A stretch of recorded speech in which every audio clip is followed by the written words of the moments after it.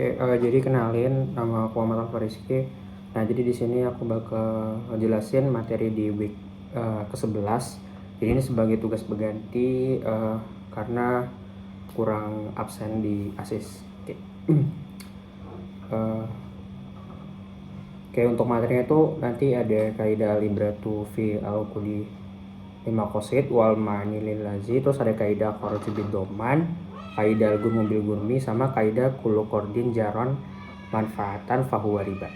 Nah, jadi di materi ini yang di kaidah libratu al-wuqut il maqasid wal ma'ani walil fazi, jadi dia itu nekanin nih kalau misalnya di dalam kontrak atau di dalam akad itu menjadikan patokan lu tujuan sama makna substansinya, bukan sekedar lafaznya atau kata-katanya saja gitu.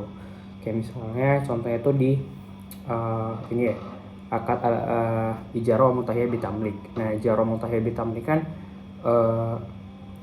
dia akad itu pelafalan itu pakai ijarah ya, atau pakai sewa menyewa, tapi kan maksud dari akad itu sebenarnya adalah si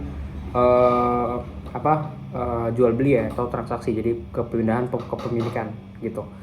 Nah, terus kalau akad al-kharaj bidoman itu nekanin nih kalau misalnya hasil usaha atau profitnya itu tuh mendapat hasil yang sejalan sama si resiko yang dia tanggung gitu. Jadi orang yang nanggung resiko yaitu berhak dia nerima si returnnya gitu. Contohnya kayak kalau di PPT Asas tuh ada pembeli sapi perah.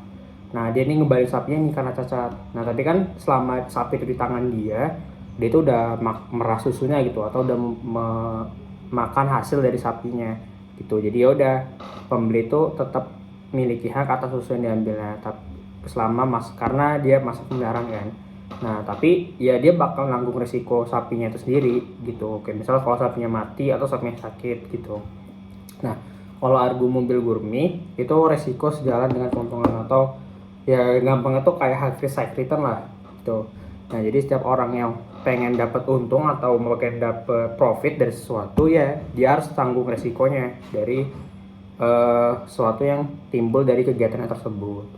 Nah, ini dia prinsip ini buat mencegah adanya pihak yang mengeksploitasi pihak lain dalam transaksi. Nah, contohnya tuh kayak barang gadai ini misal. Nah, megang gadai kendaraan kan harus nanggung resiko bensinnya ya, kalau misalnya dia pakai kendaraannya tersebut gitu, karena pemanfaatannya sejalan sama biaya operasionalnya gitu. Nah, terus kaidah yang keempat tuh ada kullu qordin jaro manfaatan fahuwa riba, atau setiap tambahan yang menghasilkan manfaat, setiap pinjaman yang menghasilkan manfaat itu adalah riba gitu. Contohnya nih, kita minjemin duit 1 juta, tapi di pelunasannya kita minta 1.100.000. Nah, 100.000 itu kan manfaatnya ya. Nah, itu adalah riba gitu.